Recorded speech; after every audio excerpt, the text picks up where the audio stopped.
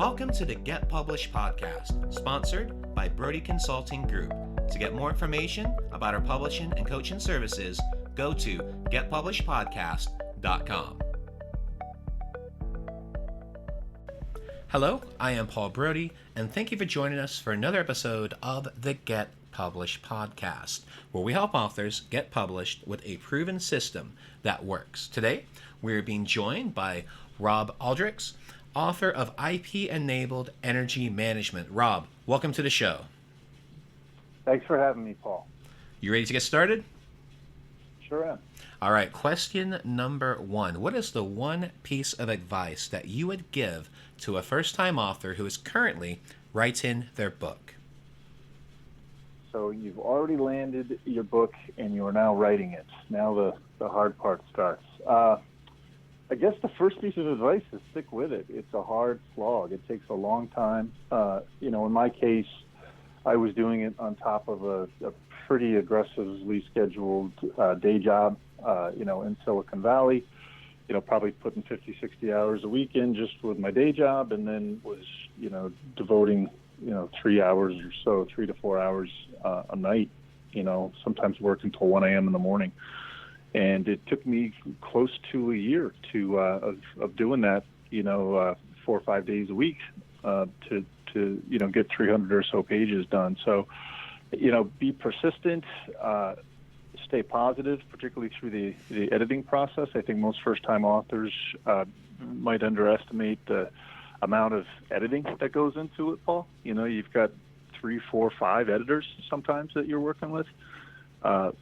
And that can be tough to the ego a little bit, because you might think, hey, man, I know how to write, and you very well may know how to write, but there's areas that they're specialists in that will ultimately improve the quality of your work.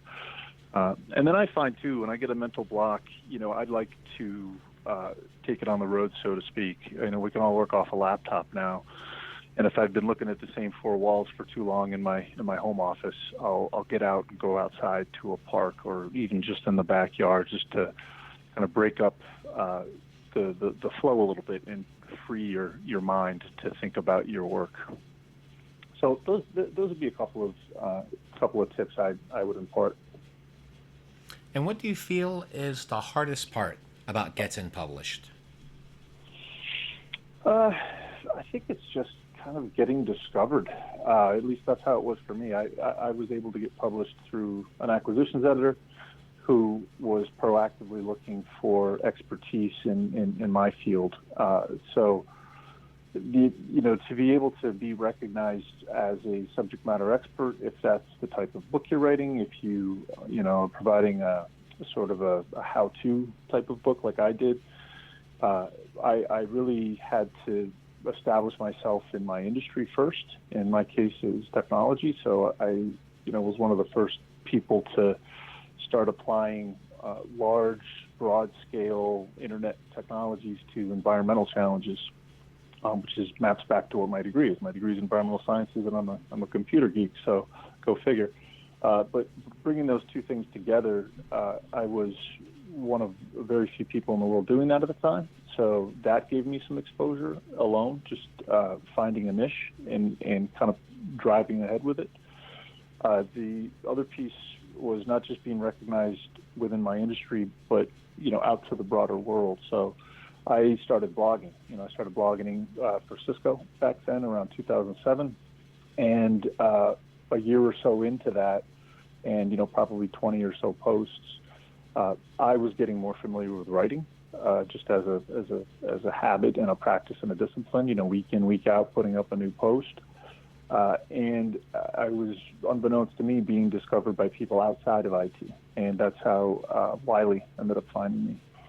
And they reached out to me. And then from there, I think the challenge is, succinctly pulling your entire book together. And there's some methods and strategies that I kind of worked or that I used that worked for me up front in doing that, because the acquisitions editor was like, hey, we're writing a book. I would like you to be a contributing author. She didn't even ask me to be a lead author. They had another lead author at the time. And she said, could you summarize the chapters you'd like to do? for this book that this other guy is on point for. And I kind of over delivered on that. I really took my time and did a very nice outline. Wasn't too long, wasn't too short. I was trying to keep in mind my reader. In that case, one person was not a specialist in my field, right? I had to convey my ideas in a more simple way, or a less industry specific way, I should say. And then based on that, she made the decision that she wanted me to actually take lead as the author and expand the book, because I had also called out some areas that I saw kind of fell down in how the book was being structured. So, yeah, I think, to summarize, get your name out there, have some credibility behind what you're trying to be an expert for. So, work hard in your day job and rise in your industry. And if you're not having people come to you, then I think proactively put an abstract together for your book, basically a chapter outline with descriptions for each chapter, and start shopping them around. You can go on LinkedIn, find acquisition editors that way.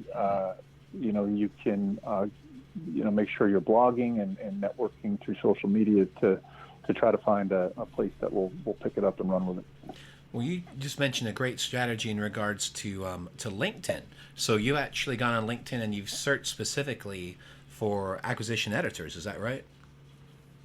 I have, and there's a number of them out there. And I don't think finding them is the hard part. I think being able to make the best use of their time by clearly and coherently conveying what it is you want to write about. And they're very adept at kind of understanding where the pulse of the market is and kind of what will sell. So engaging with them and sending them an abstract for your book concept, I think you'll find they'll be receptive to that. But they'll also, be prepared. They also will give you some feedback, at least for their publishing house, to say, hey, I don't really know if this is going to fly right now. And if that's kind of your baby and that's something you're married to, the concept of your book, then either look for other publishing houses. But if you keep hearing the same thing, you might alter your strategy on what you cover as a topic. Yeah, that is a great strategy. Thank you for sharing that. Well, let's talk about marketing. So please share a marketing strategy that you have used in your book launch that worked well. I think in today's day and age, the best way to do marketing is through your networks and trying to get it out on social media. I think probably the number one thing that you could do to support your book from a post-launch, it's out on the shelves kind of strategy is be prepared for when that launch date is and have a marketing campaign strategy in mind and ready to go on day one for social media. And I think that starts with getting your own domain name for either your book or for your self as an author. In fact, you should probably do both. Have two different domains, one for yourself as an author, one for your book. For me, I started with one for my book and not for myself as a first-time author. But now I've also have robaldrich.com, and you can get to my book through there as well. But I've been able to build up a little bit since my first book was out. And on that site, have a number of blog posts that break your book down. I would probably do a blog post for each chapter and talk a little bit about what was in that chapter, and then maybe provide some color that might not have been appropriate to the book or the topic of the book, but makes the book feel and live more as an idea. So, you could do a blog post on the chapter, you do a quick abstract, paragraph, this is what the chapter's about, and then maybe do something fun, like I wrote this chapter on a plane, or, where was I when I wrote this, and what was my emotional state like, because this book was hard. That personalizes you as an author. It pulls people in and makes them want to read the book even more. So maybe picking a blog theme like that's a little bit more creative would work. I also really believe you should do some video, a 1 to 3 minute length, no more than that gets people excited and makes them want to read your book, and personalizes you to them as an author. In my case, I wrote like a tech book, like a how-to, for information technology. So there's only so cozy you can make that, right? Well, you're talking volts and amps and watts and giant data centers. So I didn't do much of that, but in my next book I'd like to. And so, yeah, good video, good social media strategy, your own website. Make sure you can embed portions of your website into LinkedIn posts or Facebook or any of the rest that are out there. And last piece, as I said, I'd add on this, Paul, is don't rely on your publishing house to do all the marketing for you. They will, most of the big ones will definitely support you, but the biggest bang for your buck is going to be by focusing your own time and effort on it. I will caution you, by the time you get through your book and it hits the shelves, it's like passing a stone. It's really, I personally was pretty burnt out at the end of my book, and I didn't feel like I had a lot of energy to go and market it as much as I would have liked. And so if there's any way that you could bring in another person to help you with that, because you're going to be exhausted by the end of writing your book, most likely. And so having somebody that you can kind of partner with, maybe even a family member who's adept at social media, that could help sort of run your mini marketing campaign, would be something I'd try to do in my next round. Cool. Thank you for sharing that. It's definitely great advice, and it's always good to have additional support when you're getting your book out there. So it's definitely a lot of great points with that. Well, let's talk about your favorite book. So what is your favorite book, and what was the number one thing that you learned from it? So many to choose from, my goodness. And I can't say my book, right? Because I learned how to write a book. No, I'm kidding. So I thought a lot about this question, Paul, and it's a great question. I love it. And it forces you to have to pick one. And I had to pick one just from my shelf because I was thinking about it for far too long. That was published almost 10 years ago. It was published in 2009, so I know it's a bit dated. And I know we're not supposed to talk politics on this show, or religion, I'm sure.